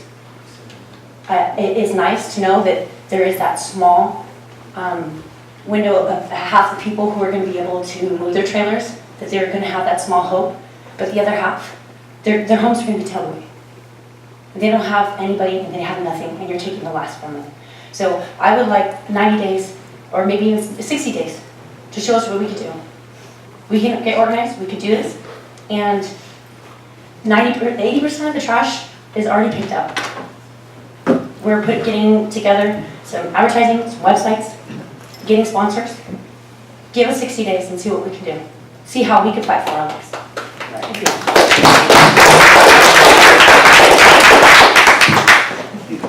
Hi, I'm Becky Johnson. Is this working? Yeah. I'm with the Salinas Monterey County Homeless Union. And this issue with this crisis with these RVs parked on Lapis Road, it's only a crisis because the county has decided it's a crisis. The county has decided that these people are trespassing. This county has decided that these people are illegal lodging. If you look up the lodging law, you will find that lodging is not defined, which means every person in here is guilty of lodging in this room. But since we have permission because of Supervisor Parker, we're not breaking the law. But if Supervisor Parker suddenly says, everybody out, suddenly we're all lodgers. And that's a misdemeanor. Misdemeanor means instant arrest and jury trials. Is that really what you want to do with homeless people who have no place to go? The reason they're there is because cities and counties all up and down California passed all kinds of ordinances preventing RVs from parking on their city streets, including the city of Marina. This is an anti-homeless ordinance. The only purpose of it is to prevent people who have the only affordable housing that they have, which is their vehicle, from living in that vehicle. Living has become a crime, but only if you're homeless. Yep. We will be fighting this eviction on August 31st. I appreciate Supervisor Parker's efforts to find a way through this, and I hope you're successful tomorrow. I fear that that's not the way the political climate is. They name these people pee, they poop, and therefore they must be eliminated. Yep.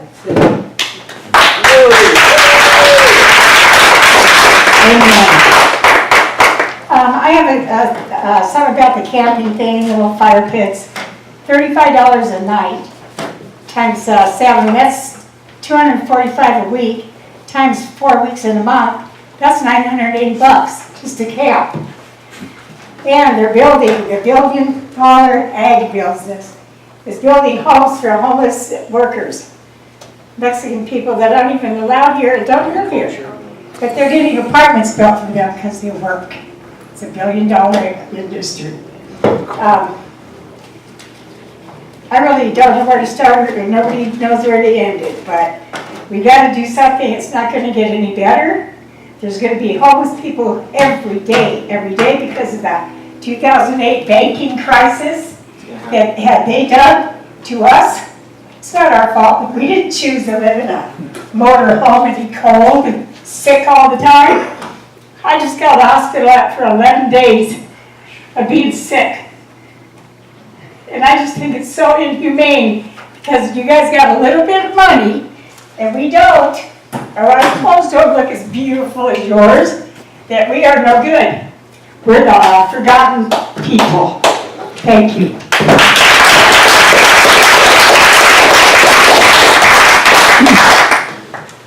Nancy Amadeo, I'm a council member. I'm also on the Board of Community Human Services. But what got me interested in homelessness was a family that was in my daycare. The mom had been assaulted by her husband and escaped. She was found with her 4 young children sleeping in her car at Vince DiMaggio Park. Unfortunately, our police didn't tell her to just move on. They got her to a homeless shelter and she got help and support. And as a child care provider, I accepted what the state paid for child care. So I got her kids. I saw the trauma that homelessness causes to children. I saw the trauma that homelessness causes to their parents. I saw the trauma that the people that are now a community on Lapis Road experience on a routine basis, wondering if this is going to be the last day they have a place to live. We do have a huge responsibility to all members of our community to ensure their safety, to ensure that they live in sanitary conditions. I live in a house. All I have to do is pay my water bill, which includes sewage, and it's taken care of. How do we take care of the community that lives on Lapis Road? How do we do that? It is so important that we come up with real solutions. I'm very proud to be associated with Jane on this particular issue. She's as passionate as I am about correcting the problems and recognizing that just because I live in a neighborhood does not make me any more important than the neighborhood we call Lapis Road. Thank you.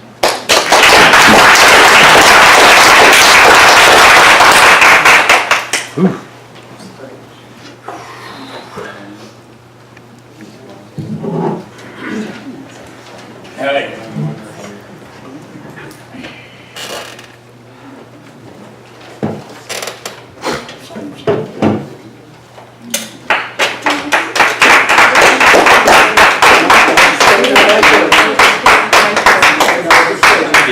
My name is CJ Boyce and I am a resident of Marina. I live on the north end of Marina, up towards Lapis Road. I feel sorry for all these people, seriously. It's their last hope that they have. So they've gone from whatever situation, they were living in an RV. I want to know why you folks don't set up with small contractors like myself. Now, I know I can put in a campground for less than $1 million. So could I? For all these Construction work my whole life, I do a lot of stuff. You do a lot of stuff that you're not relying on a small contractor in this area. You'll go maybe $35,000 with us, and that's it. But you want to turn around and you want to take on people like ABBA with your bonds, and you want to take on MPE, you want to take on Granite, because they have all these bonds. This is a small project that you need to do.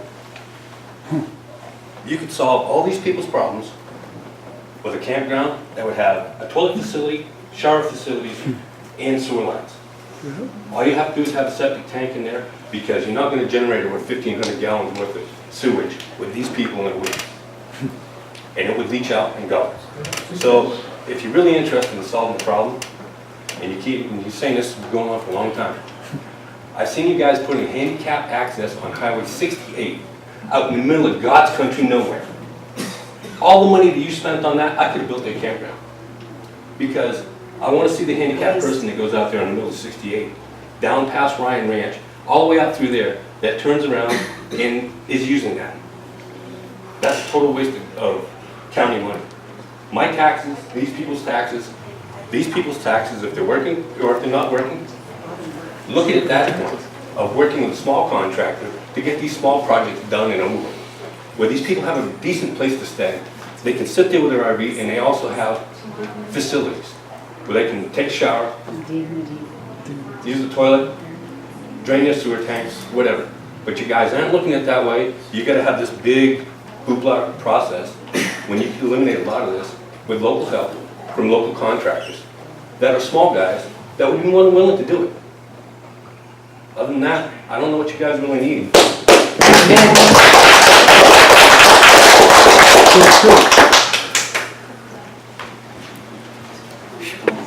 My name is Bella. I've lived in Marina since I was 13 years old, over on Helena Way. Lapis Road has been a dump site from day one since I've been here. Yes, you addressed it. I mean, even the people that have houses out here come dump on Lapis Road. And who gets blamed for it? Us on Lapis Road. Yep. We got out and cleaned it up before the city even come out and did anything. We cleaned it up. We got the trash bags from the sheriffs, we got the help from the Wendy and Wes and all of them. I'm disabled, 100% disabled. I worked all my life. Why should I be kicked out of some place where I feel safe? Where I have met people that love me for me. You know, we don't have money. I live on $459 a month. How am I going to afford a house? How am I going to afford an apartment? I have two dogs. Those are my kids. I'm not giving my kids up. Would you give your kids up? No. I'm not giving my babies up. My mom passed away 3 years ago. That's when I became homeless. It's not easy being homeless. It's not easy going without running water, electricity every day, food in your mouth every day. We can't help what happens to us. I have degenerative disc disease in my spine. I also might have pancreas cancer. How am I going to do? What am I going to do? Where am I going to go? I don't have the means and the money to drive around during the daytime to find a place to stay and then come back at night. The RV only gets 7 miles to a gallon. And how much? That's that's $4 a gallon for a gas. When you're on a limited income, how are we going to supply ourselves with gas to drive around all day long and then be able to come back there and park?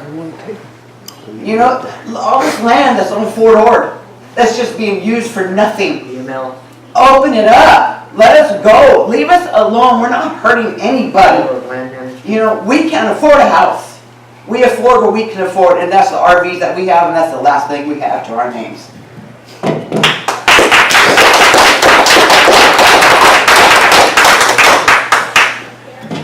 Supervisor Parker, I'm Darren Davis. I live here in Marina. I admit I interrupted your conversation more than once up here, and I don't feel bad about it. The trouble with what's going on here is that Lapis Road is a mess. Unfortunately, all these homeless people have to be somewhere, and they're there, and it's a mess. It's not healthy, it's not safe, they have all this waste out there, there's disease, they can't be there. But passing an ordinance, or it's called a resolution, to allow them to stay another 30 days, and then they have to be out somewhere, that's not the solution either. Because I know what's going to happen is the board will extend that resolution indefinitely and not deal with the problem. The problem is huge, the homeless problem. There are many reasons these people are homeless. You need to identify why each of them is homeless and help them in each case differently. The ones that can remain in a motorhome that is safe, then provide them with a place to park it. There's 45 square miles of Fort Ord. Don't tell me there's not a parking lot out there that CJ couldn't run a bunch of electrical, sewage, and water to. You could provide parking spaces, give them full restrooms, and let them stay there until you can figure out how to deal with them. But allowing them to stay on this road over here is not the solution. It's not healthy. The trouble with what's going on today and what's going to go on tomorrow morning is that the board is pitting Marina citizens against the homeless community. We're not against the homeless community. We want a solution. The solution isn't going out there and telling them at 10 o'clock in the morning that they have to pack up and move their vehicle every single day, because they're going to move it right in front of my house. Okay? And it happens. And then my wife has to call, wrap it up, I'll wrap it up when I'm done. And my wife has to call the police and say, look, there's a motorhome parked in front of our house, and we're worried for our children. Everyone else had a minute. Okay, let him talk. So, sir, your time is up, so if you'd like to wrap it up, I'm wrapping it up. that would be great. Okay? So, you need to resolve the problem and not push them off that road into my neighborhood and then back out there in the afternoon. Thank you. Thank you. We feel you. Thank you. We've come to the end of the time for the meeting, so I just want to thank all of you again for being here.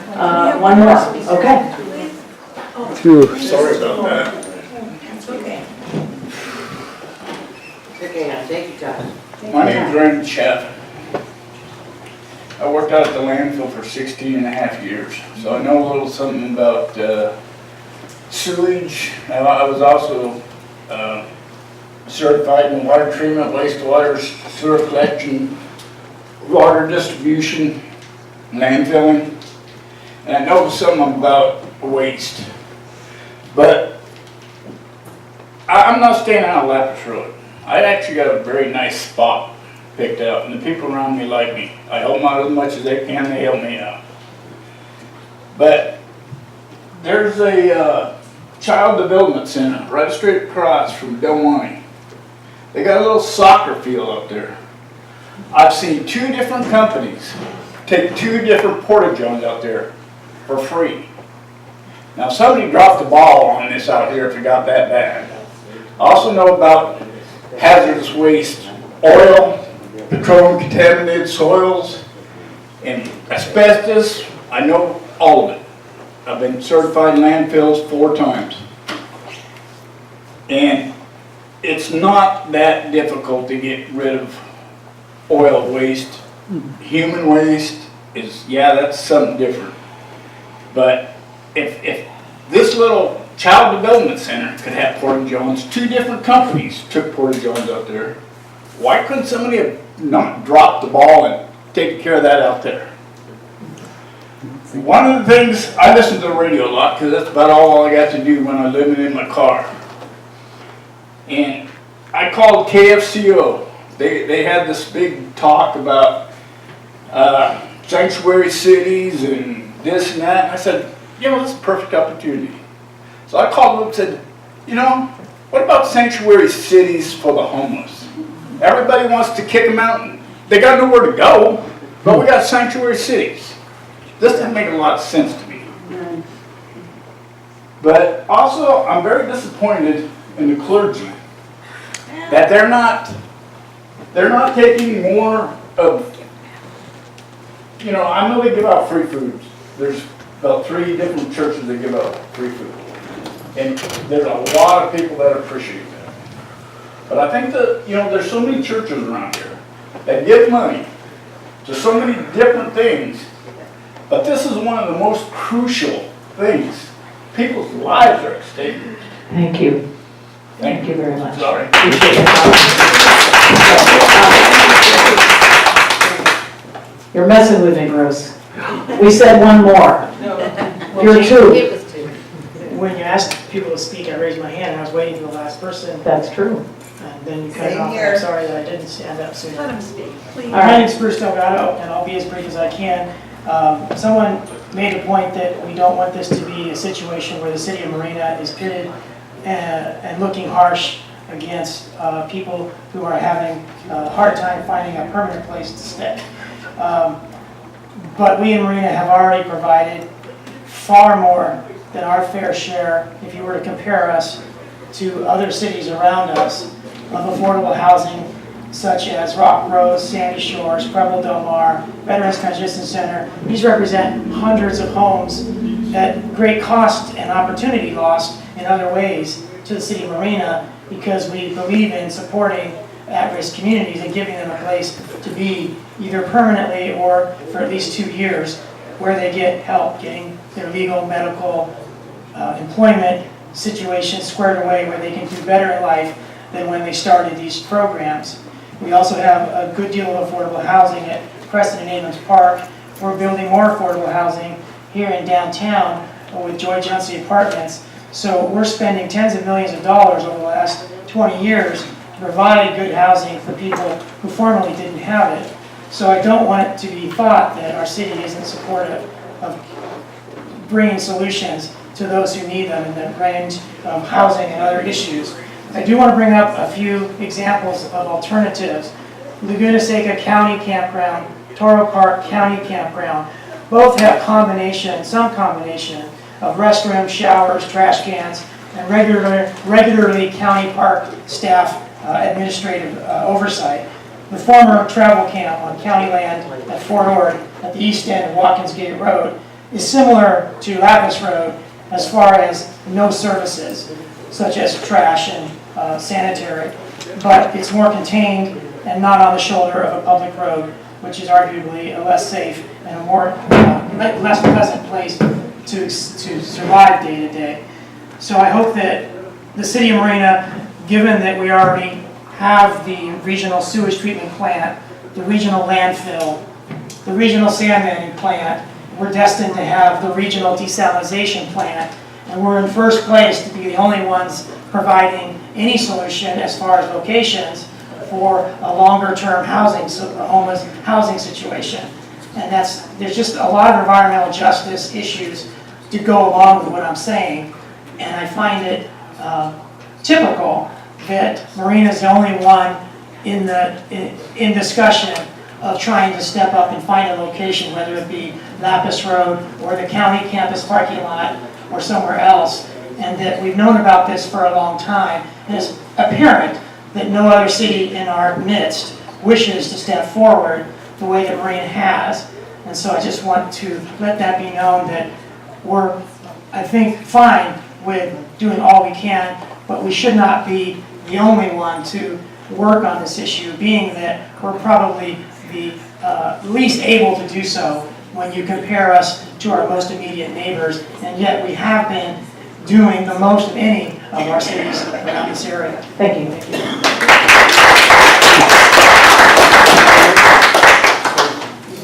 Supervisor Parker? Yes.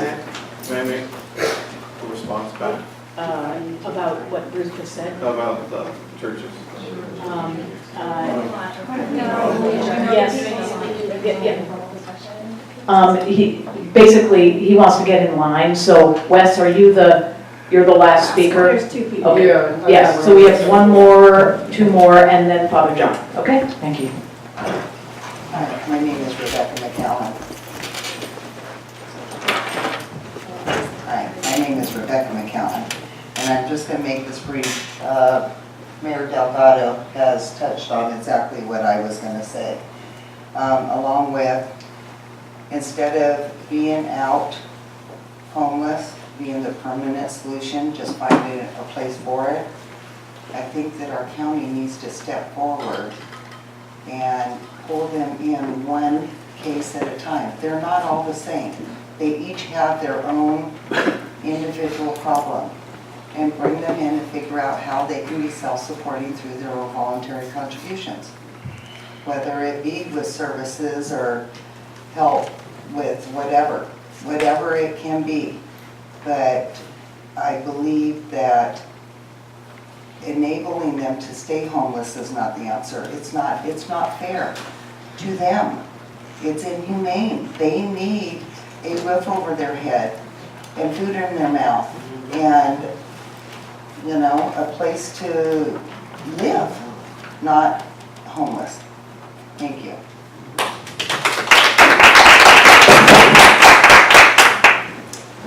Hello, Wes White, Salinas resident, president of Salinas Homeless Union, our county homeless union. I've actually visited 45 of these people. That's about the grand sum total. I've taken statistical stuff as far as ages is going to be mostly 40 to 70, and they've got their own place. I think this is about as best parking and safe parking program you're going to get.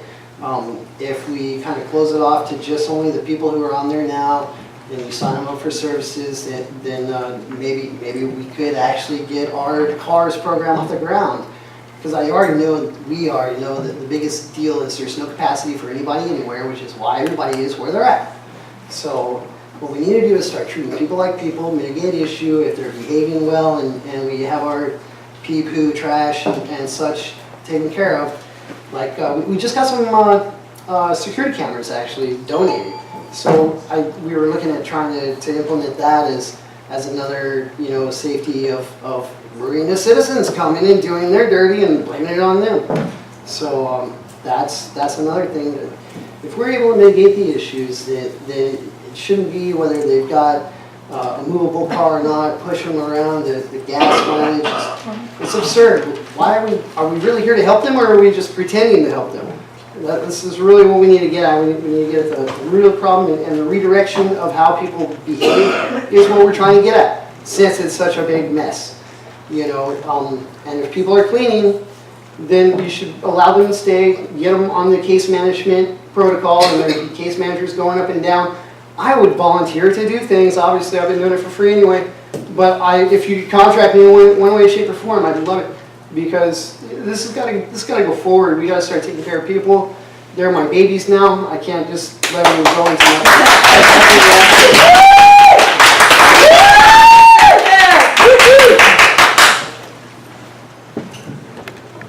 Thank you. I want to thank the gentleman who had their thoughts about churches in the area. And I just want to, on behalf of churches in general, apologize that we don't do enough.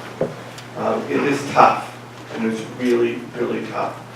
Of the 25 churches or plus in Marina, because it's hard to keep track of who's open, who's closed, who's doing what. But basically, there's about 25 churches in Marina. Only 3 talk to each other and work with each other for social work. Community of Christ on Rheindaler, Marina Methodist Church, and Epiphany work together and talk together. And our people, our congregations are having the same struggles as everyone in this room. Our congregations are made up of people who are homeless too, and give what they can give. And reassure you that every dollar, and I'm going to go on a whole leap here to include Community of Christ and Marina Methodist on this. I know at Epiphany, every single dollar that is given to us for social work, for food, or social programs, none of it is spent any other way than going right into buying the food, buying the sleeping bags, buying the tents, buying the clothing. And to kind of give you the idea that we're not wealthy people, I'm going to indulge here in the fact that I'm contracted to be paid as a priest $72,000 a year. Epiphany was only able to pay me $13,000 last year.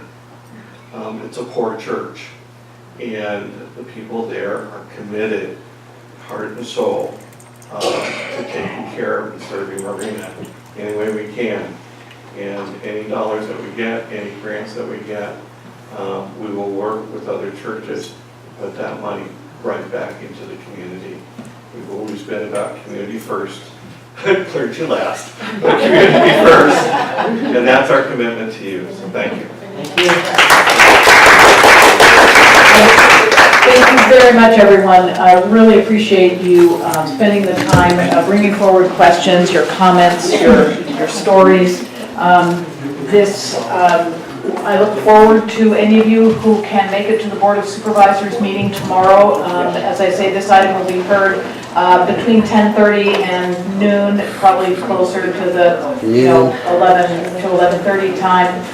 If you come, you can make public comment on this item tomorrow morning. You can also email your comments or questions to the Board of Supervisors by emailing the clerk of the board, and that address is COB for clerk of board and then it's the county formula, co.monterey.ca.us.